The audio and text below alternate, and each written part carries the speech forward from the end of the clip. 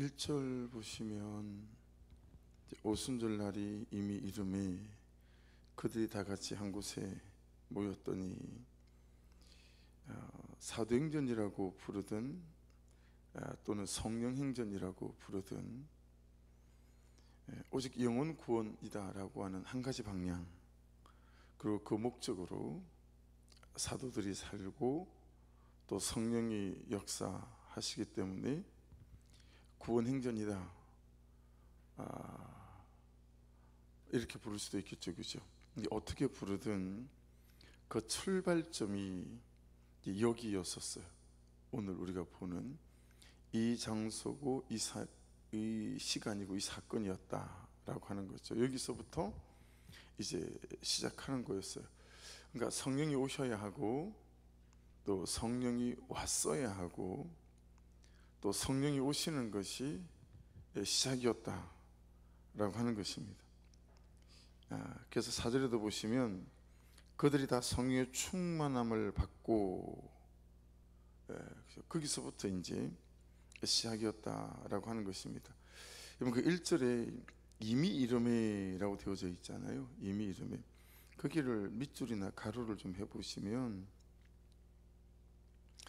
이게 심플레로라고 하는 단어인데요, 바늘 하나 들어갈 틈이 없이 꽉 채워졌다 라는 뜻입니다. 바늘 하나 들어갈 틈이 없이 꽉 채워졌다. 근데 여기서 이제 핵심은 단지 시간이 채워졌다 라고 하는 뜻이 아닙니다. 그런 게 아니고 그러니까 이런 거죠.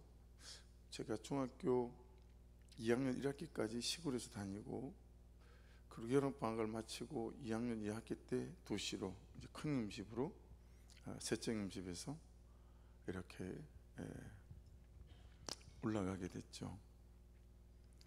시골에서 학교 수업을 마치면 3시쯤 마치면 학교에서 집으로 돌아오는 길에 놀고, 그런 기억이 많아요. 뒤에다가 자전거에다가 이렇게, 워낙 학교가 많이 떨어져 있었기 때문에 옛날에는 시골 학교를 자전거 타고 많이 다녔어요, 그죠? 아니면 아예 걸어 다니던가. 그러면 이 자전거 뒤에 책보따리를 이렇게 묶고요, 그냥 여름에 집에 돌아오는 길에 그 뒤에 책보따리를 이 밑에 개천이 있고 내려가는 틈에 뒤로 줄을 풀어요. 그러면 제 가방이 그냥 길바닥에 나동거라지지 않겠어요? 뭐 누구나 할 것 없이 그러고 그냥 자전거를 탄 채로 막 냇가로 뛰어들고 했던, 오는 길에 노는 거예요. 집에 도착해서 놀아요, 깜깜할 때까지. 그리고 그냥 자요. 그리고 숙제를 하는 동 마는 동 그리고 이제 다시 또 그 다음날 학교를 가고 그랬죠.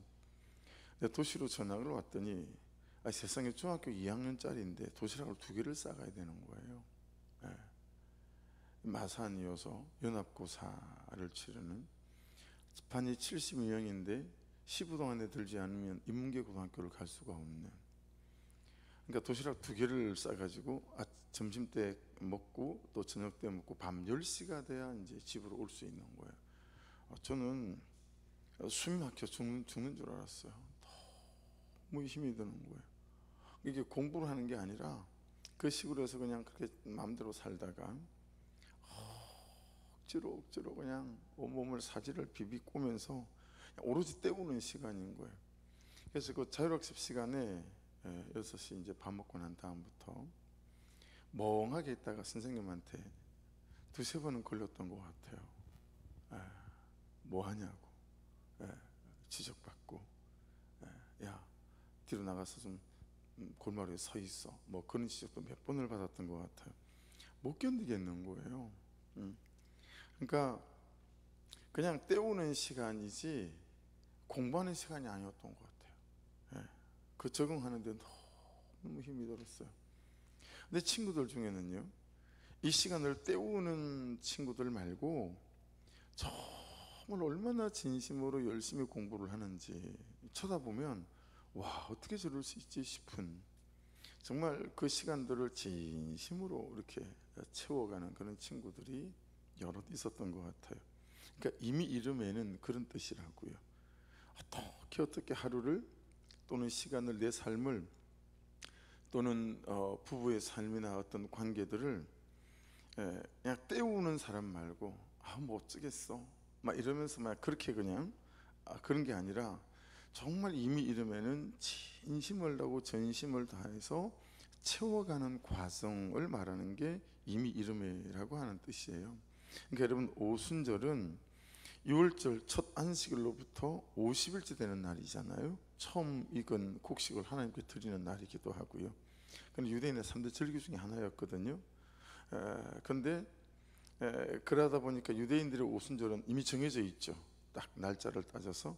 근데 오늘을 사는 우리의 오순절은 정해져 있지 않다라는 거예요.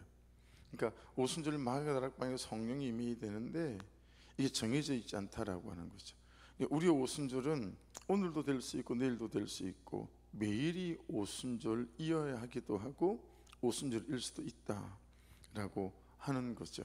그런 의미 안에서 오순절 날이 이미 이름에라고 하는 것은 그들이 그냥 어떻게 저떻게 이렇게 보낸 게 아니라 정말 그 시간들을 진심으로 전심으로 하나님 주님께서 약속하신 말씀을 따라 그들이 서 있었다라고 하는 것들을 이해할 수 있습니다.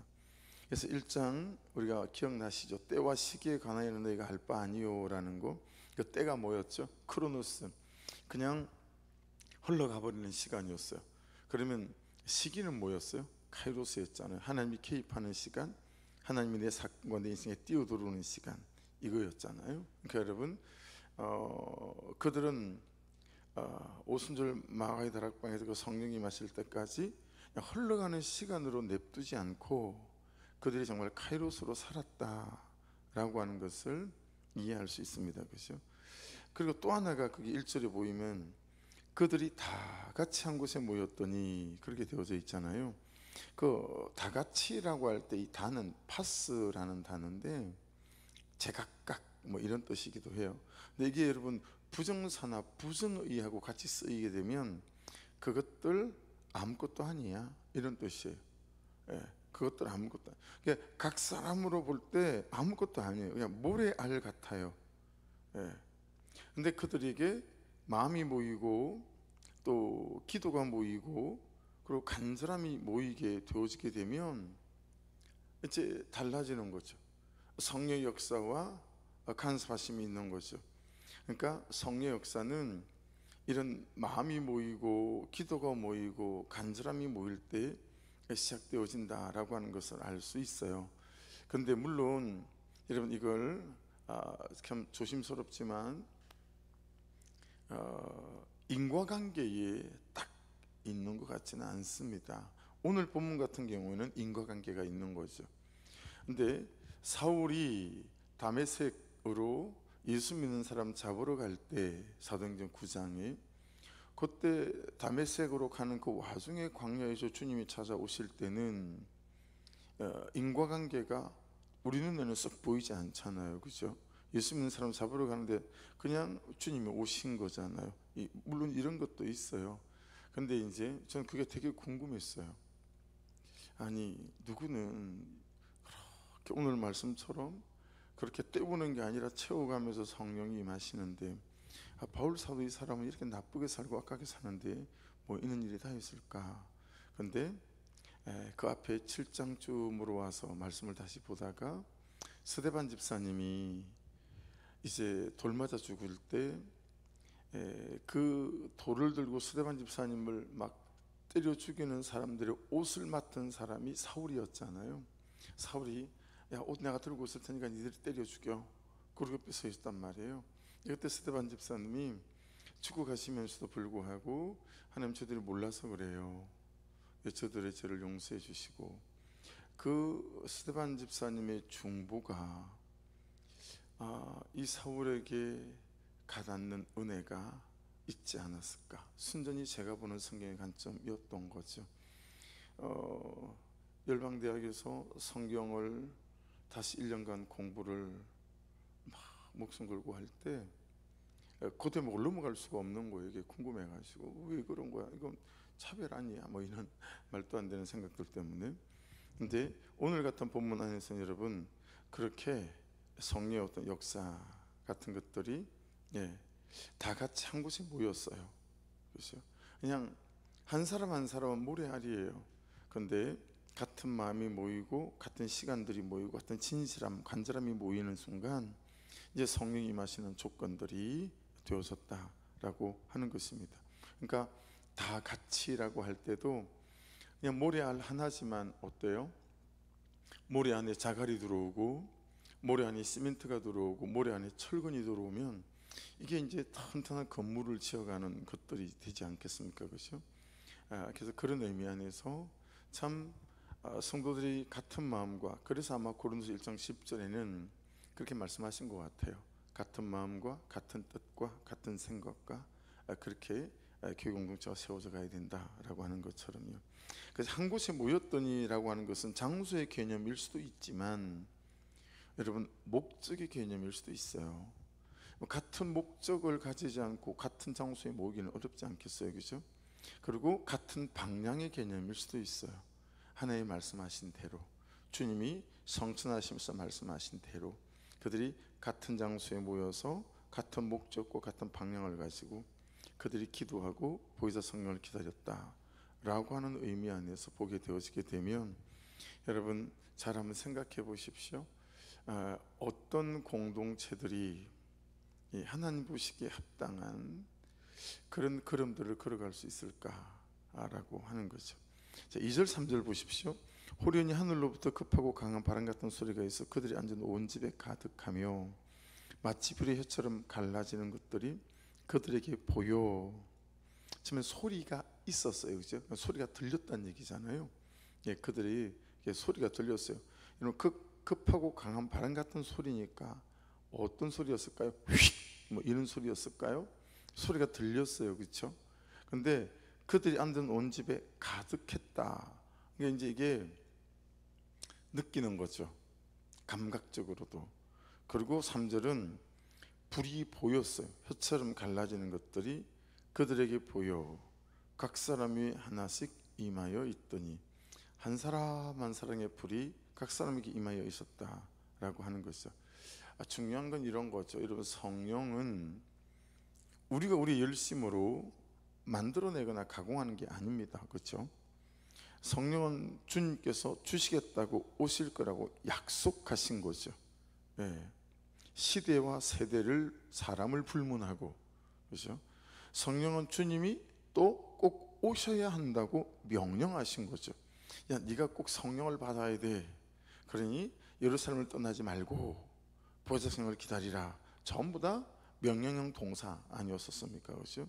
그러니까 약속하신 거고 또 꼭 성령님이 각 사람마다 오셔야 된다라고 하는 거죠. 여러분 이게 인생의 단 한 번의 통째로를 보는 게 아니라 만일에 오늘이 우리의 인생의 전부다라고 할 수도 있지 않겠어요? 내일을 모르니 말이죠. 그러니까 성령이 임하시는 건 약속이기 때문에 그렇게 성령이 임했어요. 그렇죠? 로이드 존스 목사님 같은 경우에는 이제 우리 성결교하고 다른, 우리는 웨슬리 목사님의 신학적 견해를 따라요. 근데 요즘 제 정도 또래 되는 그런 목사님들은 사실 교단이나 교파의 개념이 좀 많이 희미해요. 왜냐면 우리는 여러 책들을 보고 막 이러다 보니까, 또 저는 원래 장로교에서 자랐기 때문에 제 신학은 장로교 신학이 많이 얹혀 있죠. 로이드 존스 목사님 같은 이런 책들을 이렇게 많이 보게 됐는데, 로이드 존스 목사님이 그랬어요. 설교에 대해서 말씀하시면서 완벽하게 준비해라. 그리고 완벽하게 연습해라. 그 다음이 성령의 시간이다. 그랬어요. 이 말이 되게 와닿았어요. 완벽하게 준비해라. 그리고 완벽하게 연습해라. 그 다음이 성령의 시간이다. 그랬거든요. 그러니까 이렇게 생각하면 안 된다는 거예요. 우리는 내가 좀 부실하게, 내가 대충 모자라게 해놓고 그 빈 공간을 성령으로 막 메꾸면 되는 것처럼 생각하는 경향성이 있다라고 하는 거예요. 아니, 내가 안 되는 거, 모자란 거, 원래 연약한 거, 그런 걸 말하는 게 아니라 충분히 내가 할 수 있어요. 그렇죠? 충분히 내가 내 열심으로 진심으로 할 수 있는 것들이에요. 근데 너무 대충대충 하는 거예요. 그게 마음이 없어요. 진심이 실려 있지 않아요. 그렇게 그냥 대충 해놓고 아이고 뭐 그러면서 여러분 그걸 은혜로 메꾸려고 하고 성령으로 메꾸려고 하면 글쎄요, 그것이 주님께서 말씀하시고 성경이 말씀하시는 바와 같은가? 성령이 없나 봐, 성령은 이 시대에 역사하는 게 아닌가 봐, 그런 게 아니라 여러분, 우리가 이분들처럼 정말 전심을 다해서 다 같이 한 곳에 모여서 이 이미 약속되어 있는 성령에 대한 사모함과 간절함으로 그들이 하나님 앞에 섰던가, 이걸 이제 우리가 좀 돌아봐야 되지 않겠는가 라고 하는 것이요. 그래서 그렇잖아요. 제가 대충 그냥 성경을 제대로 보지도 않고 그냥 그러다 주일 강단에 꼭 서면서 주여, 성령께서 이 시간 주장해 주십시오, 이렇게 여러분 한다면, 그렇죠? 그러니까 로이든스 목사님 말씀에 참 동의가 되지 않습니까? 설교 완벽하게 준비해라, 그리고 완벽하게 연습해라, 그 다음이 성령의 시간이다. 이런 것처럼 여러분, 큐티책 갖고 계시잖아요. 넘겨보실래요 한번? 그 묵상간증 제목 한번 보시겠어요? 묵상간증 제목. 묵상간증 제목이 가끔 큐티 제목이 될 때가 많은 것 같아요. 성령을 막아선 장본인. 내 인생에 성령이 임하지 못하게 하는 장본인은 그런 나일 수 있다라는 거예요.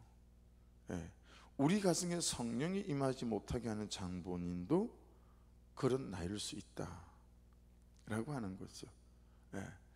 그러니까 여러분, 그런 게 참 목사의 삶으로 참 어려움인 것 같아요. 제일 괴로운 건 맨날 여기서 옳은 소리만 하고 있는데 말씀대로 말을 해야 되니까 내 삶이 이쪽으로 가고 있을 때 내 말하는 바와 제 사는 삶이 이 갭이 같지 않을 때, 이 공간이 멀어질 때 참 목사의 삶이 고달파요. 이거 계속해도 되나? 이런 갈등에 순간순간마다 휩싸일 때가 되게 많죠. 근데 또 한편으로는 참 목사의 삶이 고단할 때는 예배가 시작되어졌는데 싸한 거예요. 말씀을 듣는데 싸한 거예요. 또 성도들의 가정 안에 자꾸 부부간에 어떤 문제와 다툼들이 생기는 거예요. 그러면 꼭 제가 그냥 그걸 잘 안 되게 막아서고 있는 장본인처럼 느껴질 때가 있거든요. 목사라. 그러면 참 마음이 어려운 것 같아요. 그때 그런 일이 이렇게 찾아오면 이거 막 벗어버리고 싶어요. 하나님, 저는 정말 주제가 안 되고 자격이 안 되는 것 같아요. 이런 고백이 정말 터져 나올 때가 있죠. 그러니까 여러분, 성령을 막아선 장본인, 물론 어떤 분들은 삐딱하게 내가 막아선다고 못 오는 성령이면 무슨 이렇게 삐딱하게 말씀하시니 생각하는 분도 계실 수 있을지 모르겠으나, 여러분, 참 내 안에 성령이 임하지 못하는 것은 다른 어떤 뭐 때문이 아니라 그 막아서는 장본이 나일 수 있다라는 부분 안에서 저는 완벽하게 준비하고 완벽하게 연습해서 성령이 역사하실 수 있도록 준비를 해간다면 여러분의 하루라는 삶도 그렇게 여러분 참 주님을 바라보는 온전한 중심 있고 말씀을 따라 살려고 하는 그런 진심 있기를 주의 이름으로 축복합니다. 그래서 참 은혜가 없다면, 그죠? 이제 이런 우리의 연약함들을 이렇게 도우시고, 참 그게 은혜인 것 같아요. 은혜, 그죠? 그게 은혜인 것 같아요. 그래서 은혜가 없으면 4절 보십시오. 이제 그래서 제가 접속사 하나를 붙인다면 굳이 그래서 그들이 다 성령의 충만함을 받고, 접속사가 들어가는 게 훨씬 더 본문이 맞지 않나? 원해는 없지만 그래서 그들이 다 성령의 충만함을 받고 성령이 말하게 하심을 따라 다른 언어들로, 여러분 성령이 말하게 하심을 따라도 가로를 쳐보시고요, 다른 언어들로 거기도 가로를 쳐보시고 가로를 2개를 한번 쳐보시면, 여러분 창세기 11장 이제 이게 대학원에 들어가고 할 때 성경 시험을 봐요. 그러면 이제 각 장별로 무슨 사건이 있고 무슨 내용이 있는지를 또 외워야 되거든요. 창세기 11장을 제가 외울 때는 11장이니까 여러분 이게 짝대기 두 개잖아요. 빌딩으로 외웠어요. 빌딩으로. 창세기 11장은 빌딩 두 개가 무너졌어. 바벨탑 사건이 창세기 11장에 나오거든요. 그게 보시면 이렇게 말씀이 시작이 돼요. 온 땅의 언어가 하나요 말이 하나였더라. 이에 그들이 동방으로 옮기다가 신할 평지를 만나 거기 거류하며 서로 말하되 자 벽돌을 만들어 견고히 굽자 하고 이에 벽돌로 돌을 대신하여 역청으로 진흙을 대신하고 또 말하되 자 성읍과 탑을 건설하여 그 탑 꼭대기를 하늘에 닿게 하여 우리 이름을 내고 온 지면에 흩어짐을 면하자 하였더니 첫 번째 홍수 심판으로 그들이 망했잖아요. 그러니까 홍수가 와도 안 망하도록 바벨탑을 하늘 꼭대기까지 닿게 만들어서 어떤 홍수가 와도 우리 안전하게 만들자, 뭐 이런 의미죠. 5절 여호와께서 사람들이 건설하는 그 성과 탑을 보려고 내려오셨더라. 여호와께서 이르시되 이 무리가 보세요 한 족속이요 그 다음 언어가 하나이므로 이같이 시작하였으니 이후로는 그 하고자 하는 일을 막을 수 없으리라. 언어의 힘. 언어는 의사 전달을 하는 거잖아요. 그래서 제가 이스라엘에 갔을 때 처음으로 알았죠. 언어는 필수가 아니라 야 이게 생과 사를 가를 수 있는 게 언어구나, 이렇게 생각했던 게 이스라엘에 갔을 때였었어요. 그러니까 지금 이 언어가 하나인 거 이거 자체가 얼마나 중요한 건지 알고 모르고 하는 것이 7절. 자 우리가 내려가서 거기서 그들의 언어를 혼잡게 하여 그들이 서로 알아듣지 못하게 하자 하시고 8절 여호와께서 거기서 그들을 온 지면에 흩으셨으므로 그들이 그 도시를 건설하기를 거쳤더라. 그러므로 그 이름을 바벨이라 하니 이는 여호와께서 거기서 온 땅의 언어를 혼잡하게 하셨음이니라. 여호와께서 거기서 그들을 온 지면에 흩으셨더라. 여러분 바벨탑 사건으로 말미암아 언어가 하나였던 그들이 의사소통에 전혀 문제가 없던 그들이 여러분 언어가 혼잡하게 되는 저주를 받게 됐어요. 그 말은 여러분 주의하여 들어보십시오. 더 이상 자기의 뜻과 그의 뜻을 소통하고 설득하고 때로는 설득당하고 할 수 있는 생각의 교집합을 만들어내어서 그 생각을 가지고 함께 더불어 살아갈 수 있는 그런 삶이 전적으로 방해받다라고 하는 거죠. 이해되셨죠? 그렇죠? 그래서 그들이 흩어질 수밖에 없어요. 왜냐하면 내 생각하고 저 사람 생각하고 다른데 나는 저 사람의 생각이 용납할 수가 없는 거예요. 뭐 저딴 인간이 다 있나? 어떻게 저렇게 생각할 수가 있어?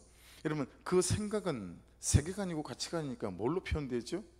언어와 태도와 그리고 삶의 양태로 표현이 되는 거잖아요. 그래서 언어는 그 사람의 존재에서 나오는 거다. 그래서 언어를 보면 그 사람의 존재를 아는 거다. 뭐 그런 식으로 철학자들이 얘기하지 않습니까? 그러니까 이게 언어를 혼잡하게 했다라고 하는 건 그런 의미예요. 그러니까 한 공동체를 이루어서 살아가기에는 너무 부족한 그런 여러분 저주를 받은 상황이 된 거예요. 바벨탑 사건 때문에. 근데 이게 지금 오순절 성령 강림 사건으로 말미암아 이 저주가 끊어지는 거예요. 너무 의미 있지 않아요? 그러니까 여러분 성령의 충만함은, 성령의 임재는 그의 생각과 나의 생각이 달라요. 같이 한국말을 쓰지만. 그런데 그 다른 그의 생각을 내가 용납하고 또 받아들이고 할 수 있을 만한, 또 그는 나에 대하여 이 성령의 충만함은 우리로 그렇게 만든다라고 하는 거예요. 아우 목사님 사람 너무 성품이 지랄 맞아서요 라고 하는 게 아니라 그의 지랄 맞음을 받아낼 수 있을 만한 성령의 깊이와 충만함이 내게 없다라고 하는 게 그게 맞는 표현이에요. 그렇죠? 근데 우리는 사람을 그렇게 정리하거나 정돈하지 않잖아요. 그 사람을 정의할 때 저 사람은 목사님 평범 이하예요. 그래서 어떤 평범한 합리적인 지식과 이런 걸로 안 돼요. 이렇게 정의를 하잖아요. 근데 여러분 오순절 성령의 강림은 그 혼잡게 된 언어들이 정리가 된 거예요. 이건 말하는 언어 자체의 의미보다도 더 깊은 의미는 그런 거예요. 그 사람을 내가 받아낼 수 있을 만한 이 언어, 이게 우리에게 주어졌다라고 하는 거죠. 그러니까 여러분, 성령의 충만함의 어떤 증거는 어떤 거예요? 언어가 달라지는 것에서부터라는 거죠. 그러니까 여러분, 그를 대하는 나의 언어, 또 나를 대하는 그의 언어. 예. 근데 그들이 다른 언어로 말했다라는 것보다 더 중요한 게, 첫 번째 가로친 게 그게 뭐예요? 성령의 말하게 하심을 따라입니다.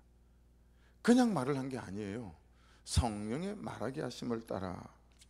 내가 하는 말이 성령의 통치를 받기 시작했다는 거예요. 내 말이, 내 감정이, 내 세계관과 가치관이 어때요? 성령의 지배와 통치를 받기 시작했다라는 거예요. 여러분 보세요. 내 말은 내 감정 플러스 내 마음 플러스 내 의도 플러스 내 양심 플러스 내 태도의 총합이에요. 그렇죠? 그게 내 말이에요. 그렇죠? 그런데 그것에 성령의 지배가 시작이 된 거예요. 이걸 우리가 놓치고 살아갈 수 없지 않겠냐라는 거예요. 단지 성령의 충만함은 신앙적인 언어가 아니고, 신앙적인 어떤 요소가 아니고, 이건 내 삶과 내 존재를 통틀어서 우리 전체를 뒤집어 놓고 바꿔 놓을 수 있는 엄청난 사건이다라고 하는 거예요. 이것 없이는 내 언어가 통치를 받지 못하고 내 마음의 의도나 감정이 성령의 지배를 받지 못한다라고 하는 거예요. 그러니까 맞아요. 나는 좀 부족하게 태어났다고 볼 수 있어요. 그렇죠? 우리 아버지가 그런 성품이고, 딱 보니까 우리 엄마가 그런 성품이고, 그래서 이렇게 말하는 건 좀 그렇지만, 참 부모님의 좋은 것만 물려받은 사람일 수도 있지만, 참 부모님의 나쁜 연약함과 단점만 물려받았을 수도 있잖아요. 근데 그것만 주었으면 하나님의 창조 성명 안에서 참 아니지만, 여러분, 성령의 충만함을 통해서 그 모든 부족하고 연약한 것들과 굴절되어 있는 것들을 충분히 바로잡을 수 있는 이 성령의 역사와 성령의 세례와 성령의 충만함이 우리에게 약속되어 있다고요. 마치 내 은행에, 내 계좌에 그게 들어있는 것처럼, 내가 꺼내 쓰기만 하면 되는 것처럼 약속되어져 있다라고 하는 거죠. 그래서 여러분, 성령 충만을 방언을 말하는 거, 이 현상으로만 받아들일 것이 아니고요, 내 말이 달라지고 내 태도가 달라지고 내 삶의 행동 양식이 달라지는 실제적인 사건이 있는가, 이걸로 증거를 삼을 수 있다라고 하는 거죠. 방언은 100만 분의 1인 거예요. 100만 분의 1. 그 실제적인 의미는 전혀 다른 데 있다. 5절부터 여러분 11절까지를 보시면 제가 이렇게 카운팅한 걸로는 17개국 정도가 돼요. 그래서 이 부분을 얘기할 때마다 항상 17개국 사람들이 왔었어요 라고 표현하잖아요. 근데 여러분, 이런 의미도 있지 않겠습니까? 어떤 나라도 어떤 사람도 다 들을 수 있는 복음이 되게 하신 거예요. 그렇죠? 어떤 나라도 어떤 사람들도 다 들을 수 있는 복음이 오순절 성령이 임하시는 그날부터 시작이 된 거예요. 이건 되게 중요한 의미예요. 여러분, 어떤 나라도, 이 말은 어떤 사람이라도 복음은 통하게 되어 있는 줄로 믿습니다. 어떤 상황에 있어도 복음은 역사합니다. 그게 복음이에요. 왜냐하면 50개국에 들어왔는데 50개국 중에서 17개국이 아니고 들어온 모든 나라, 그때가 여러분 만일에 50개국이 들어왔으면 만일에 50개국의 방언을 했을 거고요, 100개국은 100개국의 방언이 그날 터졌을 거예요. 이 말의 영적 의미는 모든 사람이, 어떤 사람도 들을 수 있는 복음이라는 거니까, 여러분과 제가 그 사람의 태도와 그 사람의 살아온 삶의 전력을 보고 이 사람한테는 복음은 어렵겠다라고 하는 전제를 깔지 않는 은혜가 있기를 주의 이름으로 축복합니다. 내가 복음을 들고 있는 사람이라면, 내가 가진 복음은, 내가 믿는 복음은 어떤 사람도 어떤 누구라도 들을 수 있는 복음이고, 들을 수 있는, 믿을 수 있는 복음이에요. 할렐루야. 여러분, 내가 모자랐다고 나만 복음이 들리고 내가 모자랐다고 나만 복음이 믿어질까요? 아니, 그렇다는 거 아니라는 거예요. 성령의 역사는 모든 사람이 복음을 들을 수 있게 만들고 모든 사람이 복음을 믿을 수 있게 만든다라고 하는 것이죠. 그가 어떤 처지에 있든. 그래서 여러분, 임종 직전에 예수를 영접하는 경우도 목사니까 보는 일이 허다히 많지 않겠어요? 예, 어떤 처지에 있어도예요. 예, 그러니까 안 통하는 사람이 있을 수 없다. 아멘. 이 사람은 어렵다, 틀렸다, 할 수 없다, 할 수 없다. 아멘이죠. 그래서 여러분, 무엇보다 중요한 것은 한 언어에 대한 방언을 받은 사람은 그 나라 사람들에게만 복음을 전할 수 있지만, 그래서 17개국이면 17개국의 방언이 필요하겠지만 한 사람이 17개국 모든 사람에게 통하는 언어, 복음이 있어요. 뭐겠어요? 한 사람이 17개국이라는 모든 사람에게 통할 수 있는 이 언어가 있어요. 그렇게 복음을 전할 수 있어요. 이게 여러분 삶이라고 하는 언어예요. 이게 태도라고 하는 언어죠. 이게 행동이라고 하는 언어죠. 이게 삶이라고 하는 복음입니다. 내 삶은, 내가 예수를 믿어 살아가는 이 삶이라는 복음은 여러분, 이건 언어를 초월하고 나라와 국경을 초월해서 모든 사람에게 이 복음을 전할 수 있고 나타낼 수 있는. 그래서 이스라엘에 제가 갔을 때 공공장소죠, 공원 같은데, 거기서 이제 말을 하지 않는, 그냥 음악만 틀고 행동으로만 하는 그런 연극을 해요. 그런데 사람들이 행동으로만 하는데도 그게 무엇인지 알 수 있는 연극을 하죠.